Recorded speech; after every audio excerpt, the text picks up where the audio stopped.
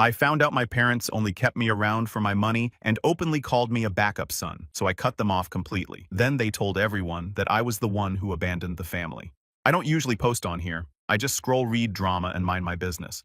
But things at home went so sideways, I honestly didn't know where else to drop this. You ever just sit back and realize your whole family treated you like a backup plan they never even wanted? Yeah, that's basically how I grew up. I am 31 male, the older brother, but somehow my younger brother Aaron has always been the golden child. I mean, the kid could literally set the living room on fire and my parents would ask me why I left the matches out. It's been like that since we were kids. They used to call Aaron 28 male a little genius just because he could plug in the DVD player on his own. Meanwhile, I was the one cooking boxed mac and cheese by age 9 while our parents were out doing God knows what. But none of that mattered to them. Aaron had potential. I was just there. Our mom Nancy is that kind of woman who talks like everything's fine but drips venom in every sentence. She'd say things like, "Aaron just needs more space to grow. And you're older. You should understand better." Our dad Stan wasn't any better. He treated Aaron like the second coming of Steve Jobs and looked at me like I was a broken tire jack. It got worse as we got older. When I turned 17, I got a job at a local repair shop changing oil, replacing brakes, basic stuff. I was just trying to stack some money, maybe help out a little. And what do? Start charging me $400 a month in rent. That's right, 17, still in high school, paying rent to live in a house I grew up in. Fast forward a year, Aaron turns 16 and crashes his car. Guess who pays to fix it? Not him, not our parents. Me and they acted like it was normal. Like, well, you have a job and Aaron's still trying to find himself. Find himself. Bro was literally skipping class to vape behind the school and cheat off his girlfriend's homework. And they wonder why I moved out as soon as I legally could. But here's the thing. No matter how bad it got, I still helped them. When Dad lost his job for the third time, which wasn't even a surprise at that point, I helped cover their electric bills. I sent money monthly when their mortgage started falling behind. Even bought Aaron a used laptop when he said he needed it for a remote internship that turned out to be some MLM crypto thing. I didn't do it because they deserved it. I did it for my mom mostly. I kept thinking she'd change that if I helped enough, they'd finally see I was worth something. But people like that don't change. They just see you as a faucet. And the second it stops dripping, they start screaming. My wife Sarah kept telling me it wasn't right. She's a third-grade teacher. Sweetest person I know. Tough when she needs to be, but always fair. Every time we'd visit my parents, my mom would hit her with one of those fake smile lines like, "So are you still just teaching?" or "Must be nice to have summers off." 'Cause real condescending crap, but always said in that polite voice that makes it hard to call out without sounding crazy. Sarah never complained though, she just took it for me. Then there's Max, our dog, a rescue. Big old mutt with one floppy ear and a crooked tail. He's basically my second kid. Been with us since before our daughter was born. That dog sat with me during late night shifts, road trips, everything. And my parents hated him. They'd always say things like, "You care more about that animal than your own blood." Funny how the dog never asked me for rent money or called my wife useless. Now here's where things went from just crappy family dynamics to straight betrayal. Last year during some random family dinner, I went to the kitchen to grab water for Sarah and me. My daughter was in the living room with Max watching cartoons. I wasn't even trying to eavesdrop or anything, but I stopped in the hallway when I heard my name. Dad was saying, "He acts like he's some big man because he sends us a couple $100. Then Mom added, "It's disgusting.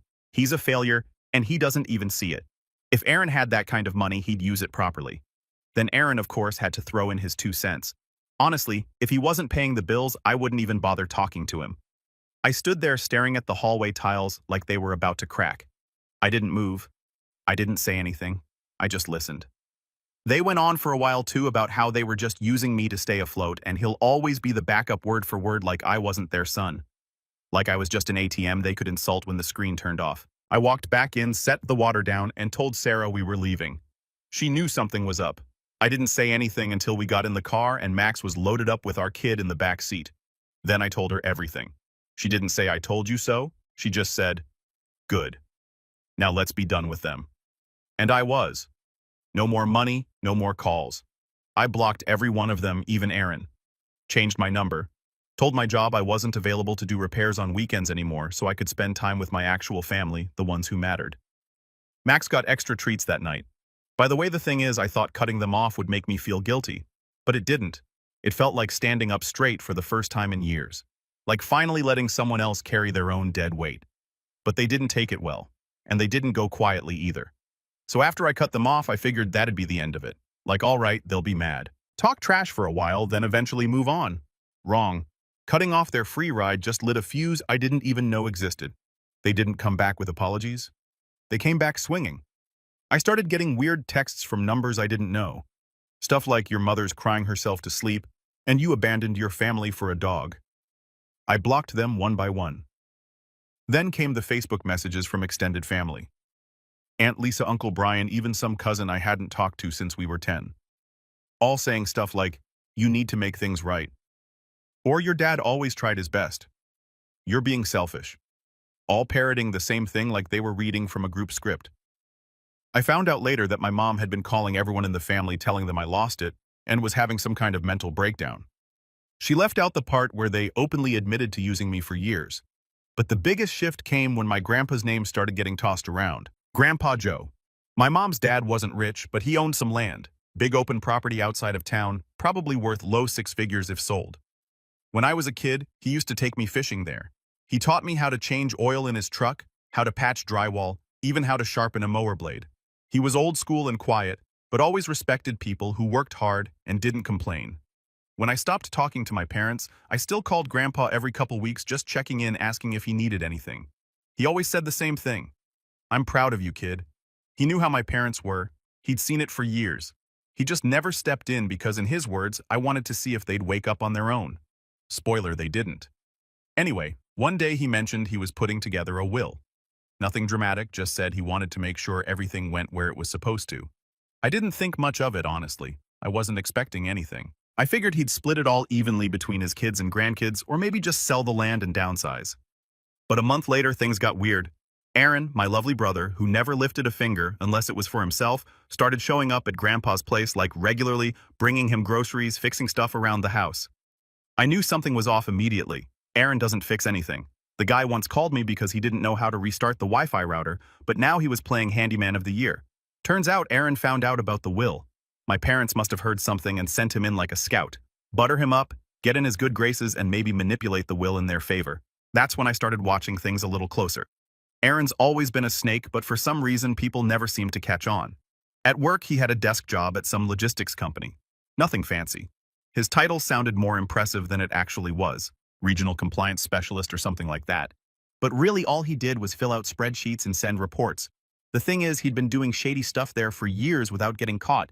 He'd copy other people's work fudge numbers to hit his KP, is even submitted a few expense reports for client lunches that were just him and his girlfriend ordering takeout. I only knew all this because his dumbass used to brag about it in the group chat we had years ago. He'd say stuff like, "Bro, my manager is so dumb." I literally submitted the same report from last month, just changed the dates, and no one questioned it because he wore dress shirts and talked fast in meetings. He lived on shortcuts. Always did. And somehow, it always worked out for him. He'd fail upwards, talk his way out of issues, charm the higher-ups just enough to avoid real accountability. Meanwhile, if I showed up 5 minutes late for a delivery, my pay got docked. That was the difference. He had a family making excuses for him and bosses who never looked too close. I had bills and reality. Anyway, back to Grandpa. One day I get a call from him. He's confused, quiet. Says he got a call from someone claiming to be a health representative asking about his memory. Asked if he's been forgetting things, if he's been misplacing items, if he feels overwhelmed managing property. I told him that sounded shady and asked for the number. Turns out it wasn't some random checkup. It was arranged. A week later, I found out my parents tried to claim that Grandpa was mentally declining, that he wasn't fit to handle his own estate.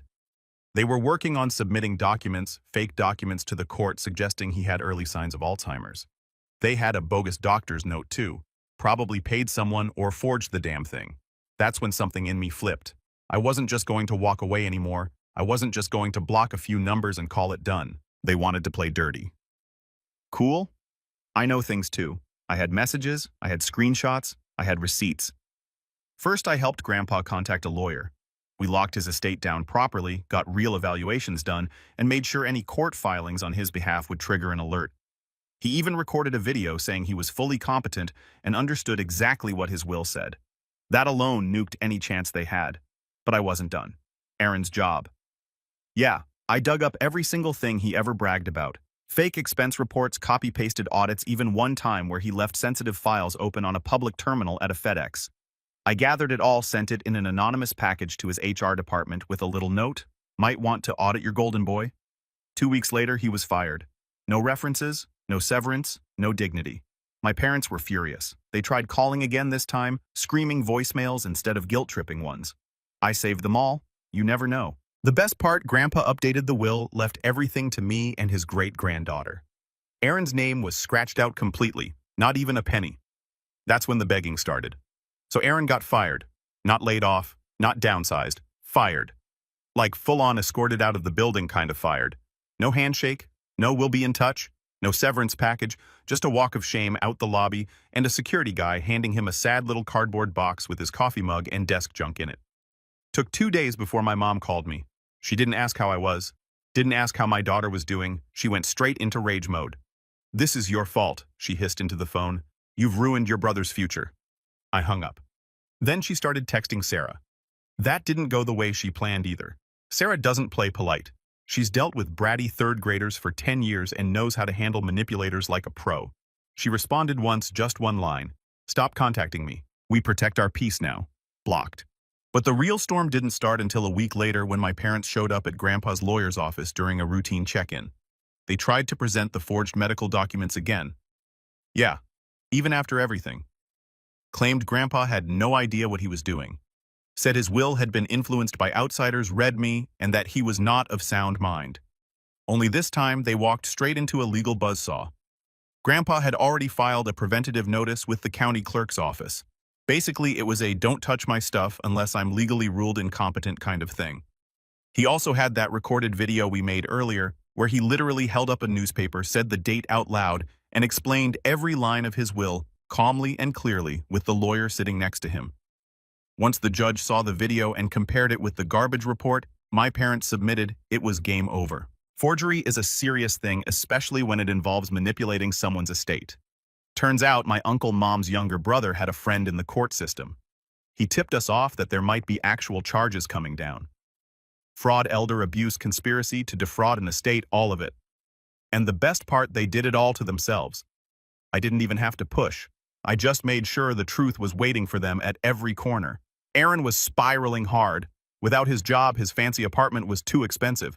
So he moved back in with our parents.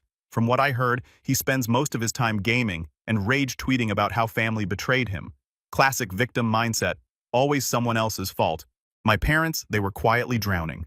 The money I used to send gone. Their mortgage was behind by 3 months. Car payments, late utilities bouncing. They even got their internet shut off, which honestly made me laugh a little too hard. Aunt Lisa sent me a voice note saying Mom had cried for 2 hours the night the internet cut out, blaming me for ruining the family's reputation. Like I was the one who faked medical reports and tried to rob my dying grandfather. They still didn't get it. Meanwhile, Sarah and I were doing all right. Not rich, not flashy, but solid, stable. I had picked up a few extra contracts, started saving to buy a second-hand truck so I could scale up. Sarah was tutoring after school for a bit of side cash, and our daughter had just gotten Student of the Month. Max was healthy, I was sleeping better. The house felt peaceful. And for the first time in years, I actually felt proud of my life.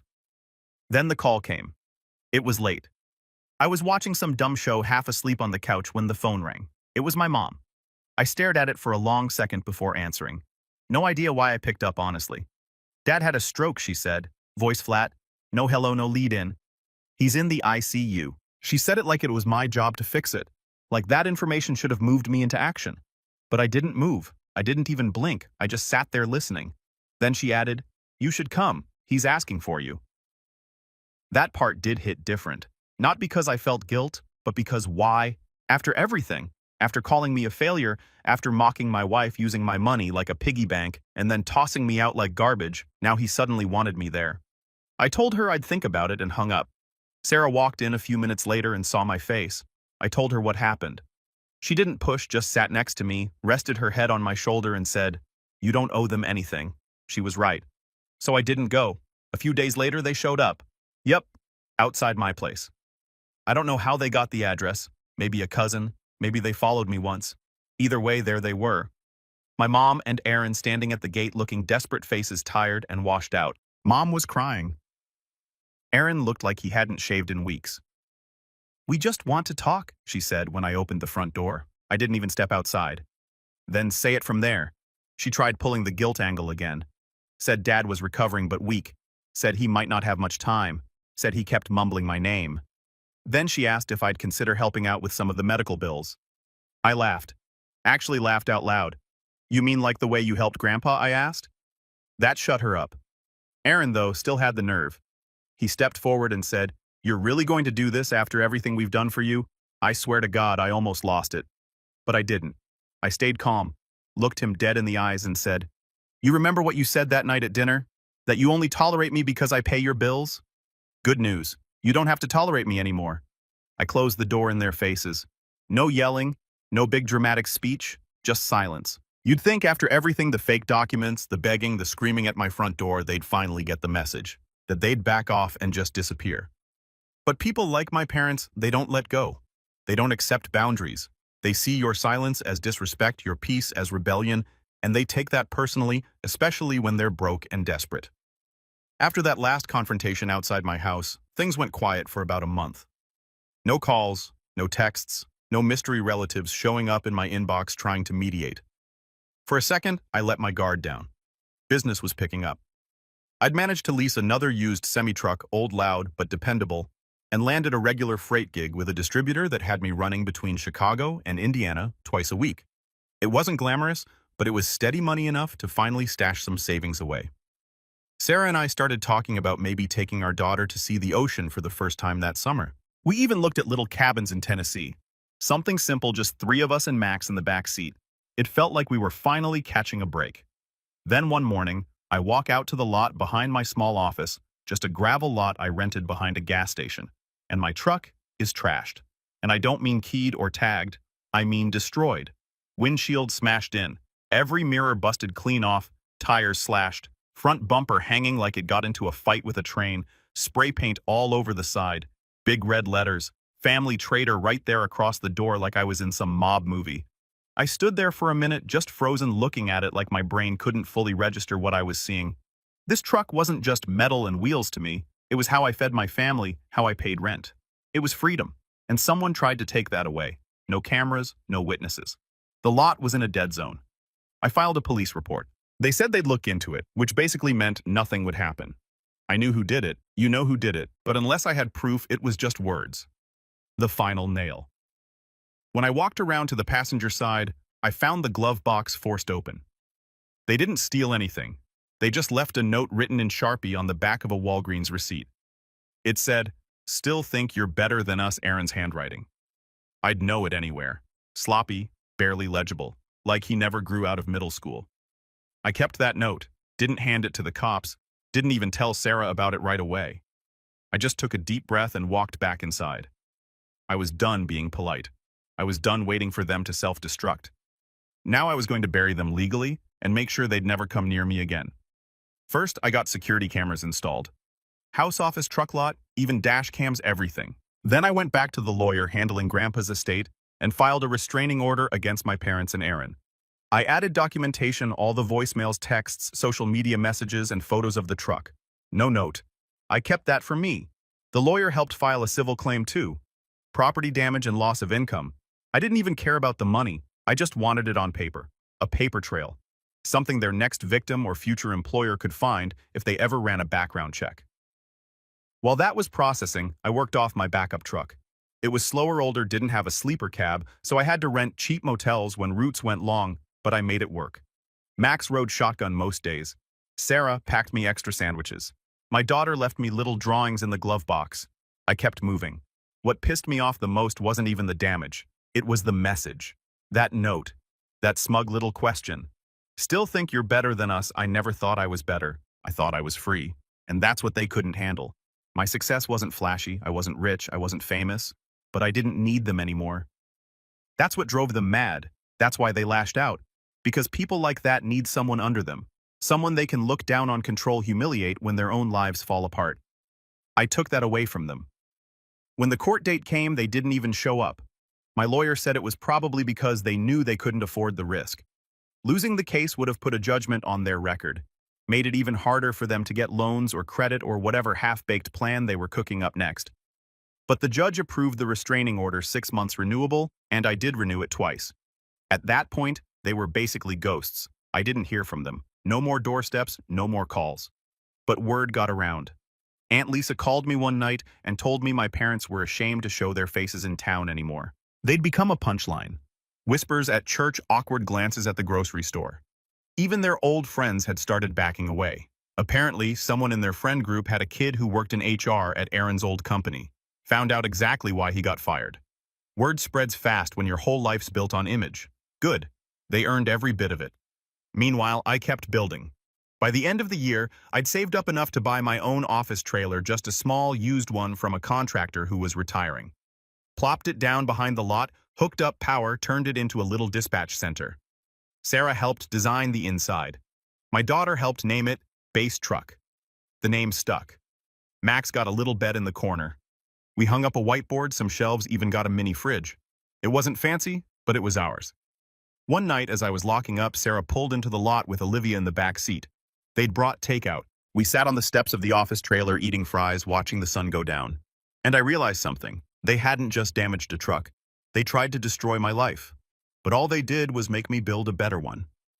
A few months after the truck incident, things finally started feeling solid. I wasn't rich, but I was stable. The restraining order did its job. No more surprises, no more smashed windshields, just peace. Boring, quiet, reliable peace. The kind that doesn't sound like much until you've lived years without it. Then I got a call from Grandpa. He was calm like always. Told me to stop by that weekend. Said he wanted to finalize everything with the lawyer and make it official. I already knew what he meant, but I didn't push. I'd learned with Grandpa.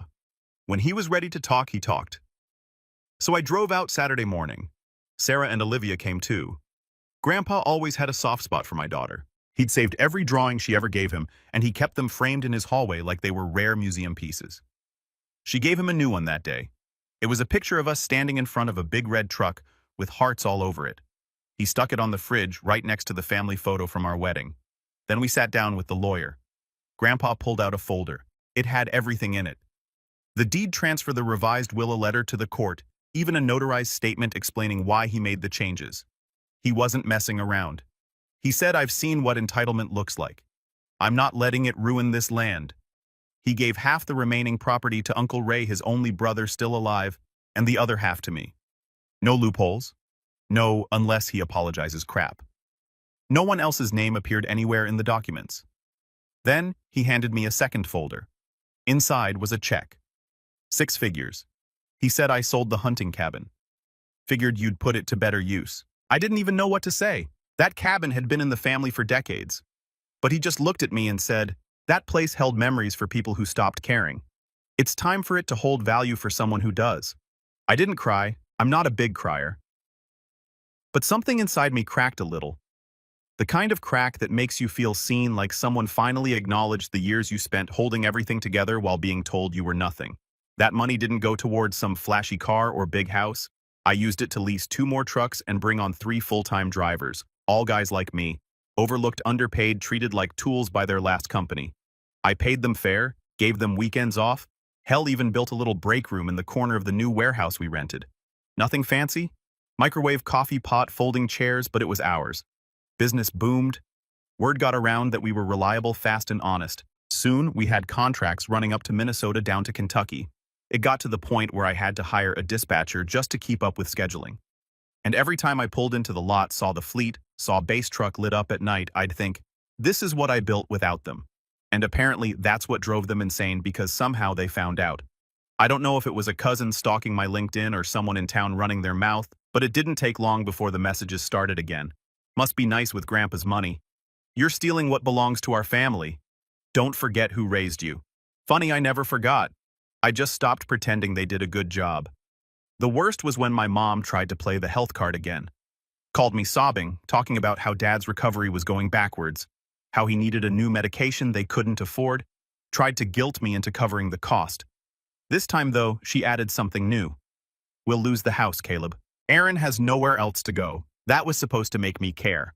I told her flat, "You raised a man who cheats, lies, and destroys things he didn't earn. That's not my problem anymore," she snapped. Went full rage mode. Called me every name you can imagine. Said I was cold-heartless. Said Grandpa would be ashamed if he knew what I'd become. Too bad Grandpa was sitting next to me at the time. I'd answered the call on speaker in his living room. He leaned back sipping his tea and muttered, "She never did know when to shut up." I think that was the last time I spoke to her. 2 weeks later, I found out they tried one final move. They hired some sleazy lawyer to challenge the will. Their claim Grandpa had been coerced into making the changes. That I'd manipulated him. That he was too old to make legal decisions. They tried to dig up anything they could. Old health records, blurry statements from distant relatives who hadn't seen him in years. Even tried to drag Uncle Ray into it, who told them to go to hell.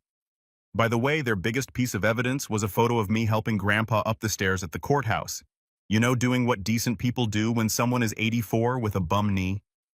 The judge dismissed the case in under 10 minutes. Grandpa's lawyer didn't even break a sweat. The court fined them for filing a frivolous suit and wasting time. I heard they had to take out a loan to cover it. Now they were truly sinking. The house they ended up defaulting. It got auctioned off. I didn't buy it. Not because I couldn't, but because I didn't want the headache. Let someone else gut it and start over. Aaron. I heard he bounced around a few jobs. None of them sticking. He's living with some girl now who has no idea who he really is.